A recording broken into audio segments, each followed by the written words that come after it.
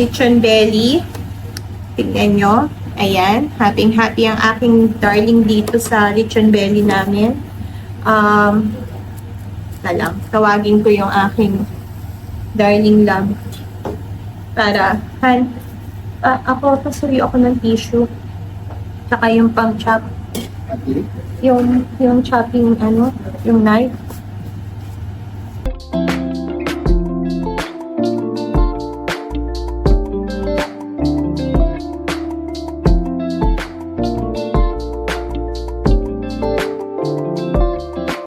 Good morning guys! Welcome to our vlog. Today is Sunday. 10:10 na. Kagigising ko lang. Si Miguel ay pumasok na. Si Mark ay umalis. Meron siyang pinuntahan. Si Sam ay tulog pa. Nakakatamad kasing bumangon agad dahil sobrang lamig. Teka, tignan ko ano ba yung temperature namin today.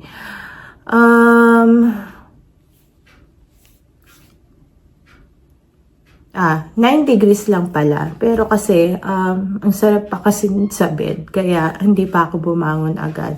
And since Sunday naman, so, ine-enjoy ko yung araw na walang pasok. Hindi kami nakapag-church today. Mag-online na lang kami siguro. Kasi si Mark ay may pinuntahan. Kaya, hindi kami nakapag-church. So, ang agenda ko for today, gagawa ako as usual ng aking coffee and then maggagawa ako ng lechon belly. Pakita ko sa inyo guys.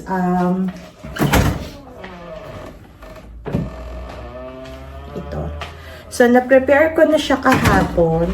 Tara ko lang yung fridge namin.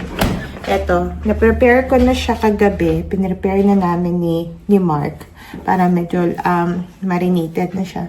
Good morning my daughter. Gusto niya aking my daughter. Tapos, ibibake ko na lang siya ngayon for 3 hours. So, habang magkakape ako, i-bake ko na to ngayon para mamaya ay ready to eat na. So, see you later guys. Bye! So guys, ito na ang aming lechon belly. Ayan. Naisalang ko na. So, i-bake ko na lang siya ng 3 hours. Ito yung first 1 hour at 180 degrees. So, ayan. So, ayan. Ang aming lechon belly, guys. Balitaan ko kayo kung ano ng itsura niyan after maluto. See you later. Guys, ito naman ang aking coffee. Ayan, mainit pa. Tapos, nag-toast lang ako ng bread. Actually, 3 bread. Nandun pa yung isa sa toaster namin. Tapos, peanut butter. Yun lang ang aming breakfast today. Hindi ko alam kung ano yung binreakfast ni Mark. Pero sa tingin ko, nag-rice siya dahil nakalabas yung aming leftover rice. Pati, sanay talaga si Mark kasi na heavy breakfast. So, yun lang guys. Di ko alam kung ano yung magiging agenda namin for today. So, update namin kayo kung ano nang gagawin namin mamaya. See you later and thank you for watching. Bye! Hi guys! Welcome back to our YouTube channel. So, inaantay kong maluto yung aming lechon belly. Mga 1 hour and 30 minutes pa yung aantayin namin. So, habang inaantay kong maluto yon, ipe-prepare ko naman yung aking baon nito sa office for, I think, until Wednesday. So, ipakita ko sa inyo guys kung ano yung kinakain ko every lunch sa office. So, eto na, nakaprepare na yung aking mga gagamitin para sa aking baon. Ang kinakain ko lang pagka lunch is overnight oats lang para bumaba yung aking timbang. So far naman mukhang effective kasi ginagawa ko to simula April 12 kaya sinimulan mag-overnight oats every lunch and I think nag-lose na ako ng weight ng 9 kilos so far. So April, May, June, July. So for 3 months, 9 kilos yung aking na-lose na weight. So, pero pag breakfast, yung normal breakfast ko, like bread, or kung ano yung pwede kong baunin, tapos tumapon. So, naglalagay lang ako ng half cup of rolled oats na Ito yung rolled oats. Half cup niyan. Natapon na nga eh. So, hindi ko siya nilalagyan ng any sweetener kasi na kailangan kong mapababa ang aking blood sugar.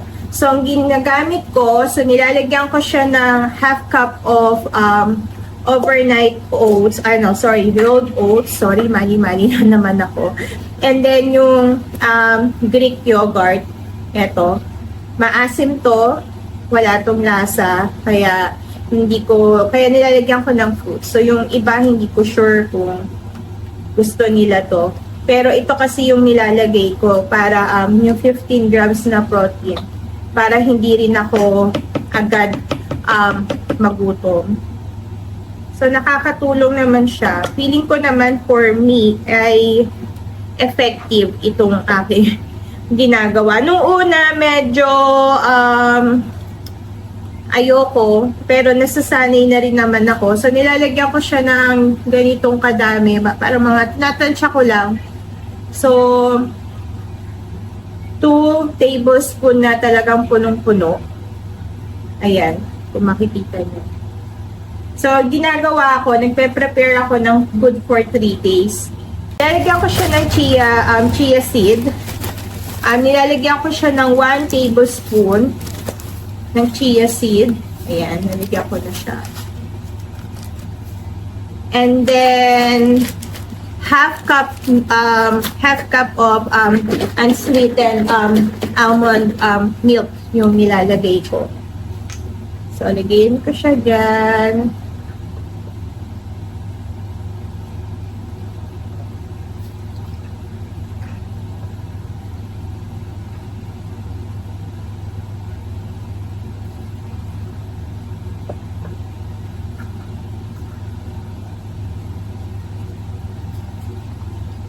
Okay. So, imimix ko na siya. So, ito, pakita ko sa inyo yung isa. So, ito, guys. Meron na siyang half cup of rolled oats and then half cup of almond milk and 1 tablespoon of chia seed and then yung 2 teaspoon ng Greek yogurt. So, magiging ganito yung itsura niya. Dati, ganito lang yung talagang kinakain ko. Kasi natatakot ako, hindi ko alam pa dati kung ano yung mga fruits na pwede sa akin dahil nga natatakot akong mag-spike pa lalo ng mataas yung aking blood sugar. So, tinitiis ko na ganito lang yung lasa nung pagkain ko. So, medyo hindi siya, for me hindi ako nasasarapan talaga kapag ganito lang. Kasi wala talaga siyang wala siyang any sweetener. So, hindi, tapos maasim pa itong Greek yogurt. So, ang ginawa ko, naglagay ako ng, kamote, ito mayroon ng apple. So, ngayon, nugasan ko na itong apple. Nagugas na rin ako ng kamay kanina, guys. So, nilalagyan ko siya ng fruit. So, apple yung nilalagay ko kasi mas gusto ko yung parang crunchy.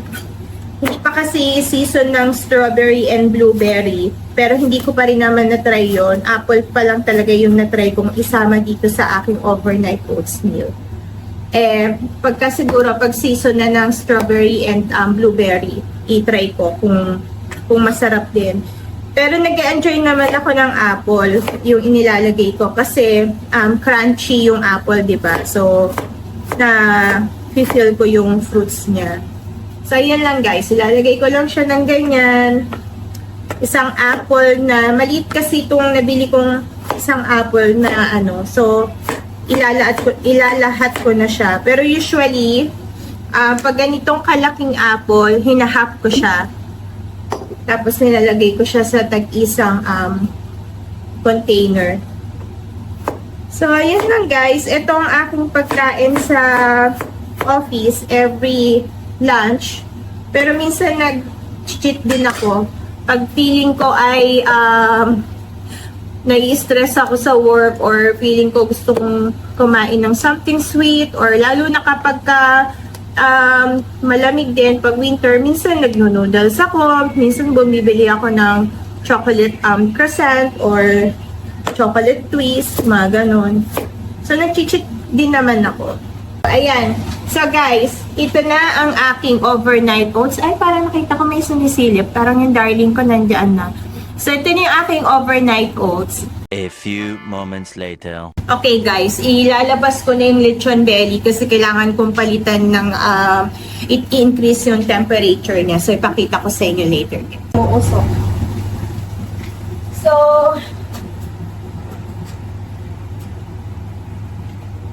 ito na guys, ang aking lechon belly. Pero hindi pa siya talaga luto. Hindi pa yun tapos. Another 1 hour pa. Pero lagyan ko muna siya ng foil. Ayan guys. Kita nyo na. Tinulungan ako ng aking darling love na i-adjust yung camera. Sana hindi siya matanggal. Ayan. So, ibabalik ko siya guys sa ibabalik ko siya sa oven. Tapos, i-bake ko for another 1 hour. Bake ko kayo mamaya kung ano ng finished product nito. See you later. Bye!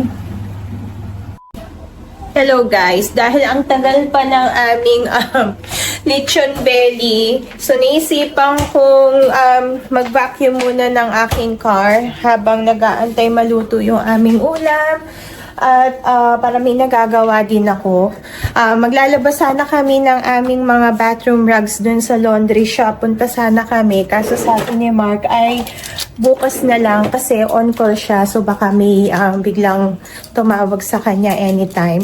So yan ang aking daughter nasa labas. Napakainit guys. Ang ganda ng weather ngayon. Hindi ko alam kung nakikita nyo ako. Hindi ko kasi makita yung sarili ko sa phone dahil sa liwanag. So, vacuum muna ako ng car ko para meron akong nagagawa. Okay guys, so iba-vacuum ko yung aking car, yung loob ng aking car. Kasi sa ko lang nilagay yung aking camera. So, kung medyo nakakahilo o magulo, pagpasensyahan nyo na guys. Kasi hindi pa ako expert sa ng camera pag setup. So, ito yung vacuum ko sa loob ng car. Ano ko lang muna yung mga dito sa mga kalat ni Sam actually. Konting vacuum lang. Tapos konting pagpag lang. Di naman kasi ganun karumi actually talaga yung loob ng car. Kaya lang gusto ko lang talaga walang masyadong, alam nyo na yun, yung mga dumi-dumi ng konti. Guys, ayan, i-vacuum ko to. Ayan, yung sinasabi ko sa inyo medyo idolo kung nakikita nyo at naririnig nyo ako, parang kailangan ko yatang sumigaw. Ang hirap pala mag-vlog. Sabi ko nga ito sa my daughter ko, ang hirap naman mag-vlog kasi ang hirap makakilos pag may hawak ang camera. Kailangan i-record ko yung ginagawa ko. Pag nagbablog ako, tapos mag-isa lang akong may hawak ng camera, medyo mahirap. So, yun lang guys. Saglit lang. Ayan. Ang gulo ko, no? So, meron akong nakitang, ito yung aking, lalagyan ng tubig, ng coffee. Hindi ko pa pala siya na, ang aking Bible.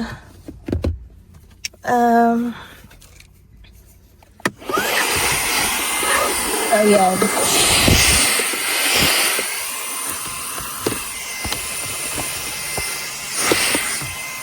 Tapos, doon naman ako sa kabila, magva-vacuum din naman sa, ayan. So guys, nandito naman ako sa may kabilang side, sa may passenger seat. Ewan ko kung nakikita nyo ko kasi parang against the light ang aking pwesto ng camera ko. So ayan, eto naman yung inuupuan ng aking my daughter madalas. So, i-vacuum ko lang to para hindi naman masyadong nakakahiya pag halimbawang may mga office mate akong kailangan nilang i-move yung car ko dahil nakaharang. At least kapag sila yung gagamit, ay hindi naman nakakahiya sabihin medyo madumi yung car ko. So, yun guys, siguro Mamaya ko na lang itutuloy yung ang aking paglilinis ng car. Parang naririnig ko sumisigaw na si Mark doon. Baka luto na yung aming ulam. So, see you later. Bye! Hi guys! Kaya pala ako tinatawag ng aking darling at inistorbo sa paglilinis ng aking car ay dahil gusto niya lang palang ipakita sa akin na pinapanood niya kasi yung isang vlogger sa Canada. So, gusto niya lang ipakita sa akin na binabasa yung comment. Binabasa daw yung kanyang comment or sinashoutout daw siya ng isang vlogger dun sa Canada na isa din sa mga sinusubaybayan namin. Marami kaming sinusubaybayan na mga vlogger sa Canada. Kaya nga tinatanong ko siya kung balak niya bang lumipat ng Canada. Pero sila talaga yung parang naging inspiration namin sa pagbablog. So, yun guys. So, ito, shout out kay Michael RSK ng Canada. Yan, pinapanood niya yung live nila. So, akala ko, luto na yung aming ulam. Kaya niya ako tinatawag kasi nga nagbabacuum ako ng car ko. So, hindi ko pa natapos yung paglilinis ng car. So, mamaya na lang siguro. Pero, 2 minutes pa guys, ang aming lechon belly. Pakita ko sa inyo. Guys, ayan. 1 minute and 43 o 41 seconds na lang guys. Ayan ang aming lechon belly. Excited ng aking darling love. Guys, luto na ang aming lechon belly. Sa wakas, after 3 hours, makakakain na rin kami. So, ilalabas ko at ipapakita ko muna sa inyo kung anong itsura bago ko i-chop. Okay na yan? Oo. Tinatry kasi ng darling ko. Iyan. Okay guys, nawala yung video, naputol kasi nga, kita nyo, ang usok, no? Tinry kasi ng aking darling love, ayusin yung camera. Sabi ko sa kanya, okay lang, ituloy na lang yung aking video. So, ayan guys. Ang aking lechon belly, guys. Hindi ko alam kung patong ko dito sa may namin chopping board. Mamaya ko na lang siguro lalabas yung baking tray na ginamit ko. So guys, ito na yung aking na-chop na lechon belly. Yung kalahati nandun pa sa may kitchen namin. So mag-pray na muna kami para makakain na kami. Sabi na aking my daughter, bilisan na namin at nagugutom na siya. So see you later guys. Maraming salamat sa panonood ninyo. Bye!